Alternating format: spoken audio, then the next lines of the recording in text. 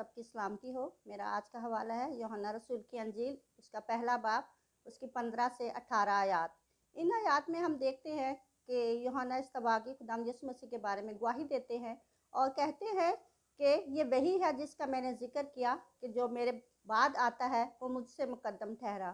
میں اس کی جوتی کا تسمہ کھولنے کے لائق نہیں، وہ مجھ سے پہلے تھا اور مجھے اس کی راہیں تیار کرنے کے لیے بھیجا گیا۔ میں بیابان میں پکارنے والے کی آواز ہوں تاکہ اس کی راہیں تیار کرو۔ میں تو تمہیں توبہ کے لیے پانی سے بپتسمہ دیتا ہوں، لیکن جو مجھ سے زوراور ہے وہ میرے بعد آتا ہے، وہ تمہیں روح اور آگ سے بپتسمہ دے گا۔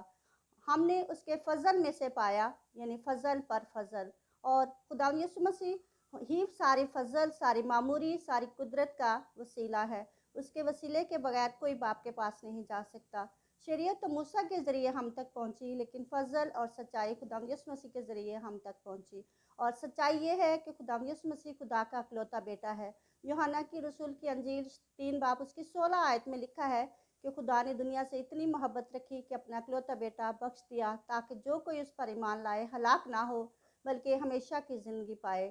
اور سچائی یہی ہے کہ خداوند یسوع مسیح خدا کا بیٹا ہے اور ہمیں اسی پر ایمان لانا ہے، کیونکہ ہم اس کے وسیلے کے بغیر باپ کو دیکھ بھی نہیں سکتے۔ کلام مقدس میں لکھا ہے کہ خدا کو کبھی کسی نے نہیں دیکھا، لیکن بیٹا جو باپ کی گود میں ہے وہ ہم پر ظاہر کرتا ہے۔ یوحنا رسول کی انجیل میں اگر ہم باغور مطالعہ کریں تو بارہا جگہوں پر خداوند یسوع مسیح نے فرمایا میں اور باپ ایک ہیں، میں باپ میں سے نکلا ہوں اور باپ کے پاس پھر جاتا ہوں۔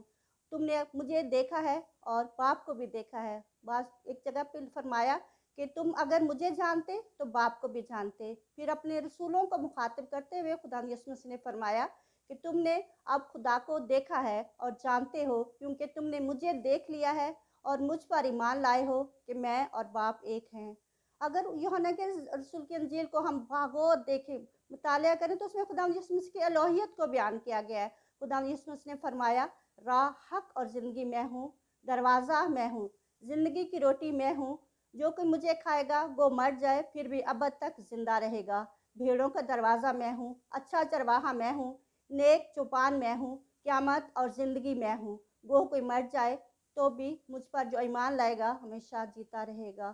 اگر ہم پرانے عہد نامے میں دیکھیں تو موسیٰ جب پہاڑی پہ جاتے ہیں اور خدا سے ملتے ہیں، ملاقات کرتے ہیں، خدا ان کو فرماتے ہیں کہ میرے قوم بنی اسرائیل کے پاس جاؤ اور ان کو مصر کی غلامی سے نجات دلاؤ اور فرعون سے کہو کہ میرے لوگوں کو جانے دے تاکہ وہ میری عبادت کرے۔ تو موسیٰ خدا سے پوچھتے ہیں کہ خدا میں ان کو جا کر کیا بتاؤں کہ مجھے کس نے بھیجا ہے؟ تو خدا فرماتے ہیں کہ میں جو ہوں سو ہوں۔ تو پرانے عہد نامے میں ہم دیکھتے ہیں کہ خدا نے فرمایا کہ میں جو ہوں سو ہوں، لیکن نئے عہد نامے میں خداوند یسوع مسیح خود کہتے ہیں کہ میں ہی روٹی ہوں، میں ہی زندگی ہوں، میں ہی زندگی کا پانی ہوں اور میں ہی تمہیں چھڑانے کی قدرت رکھتا ہوں۔ راہ، حق اور زندگی میں ہی ہوں۔ میں الفا اور اومیگا ہوں، میں ابتدا اور انتہا ہوں، میں اول اور آخر ہوں۔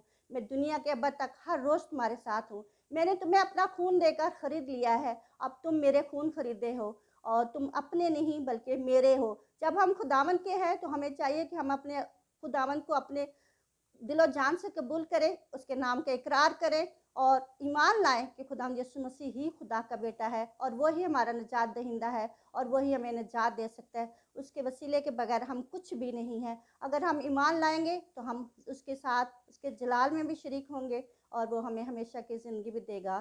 آئیے دعا کرتے ہیں۔ قدوس قدوس زندہ آسمانی باپ، ہم تیرا شکر کرتے ہیں پیارے خداوند، تو نے جو وعدہ کیا کہ تو ابد تک ہمارے ساتھ ہے، اور پیارے خداوند ہم اسی چیز پر ایمان رکھتے ہیں اور ہر روز پیارے خداوند تیرے قدموں میں جھکتے اور تیرے سامنے آتے ہیں پیارے خداوند۔ تو ہمیں اپنا فضل دے پیارے خداوند اور ہمارے ایمان کو اور زیادہ بڑھا پیارے خداوند، تاکہ ہم تیرے کلام کو پیارے خداوند سیکھنے والے اور اس پر عمل کرنے والے ہو سکیں۔ سب کچھ مانگتے ہوئے تیرے پیارے بیٹے یسوع نام کے وسیلے سے، آمین۔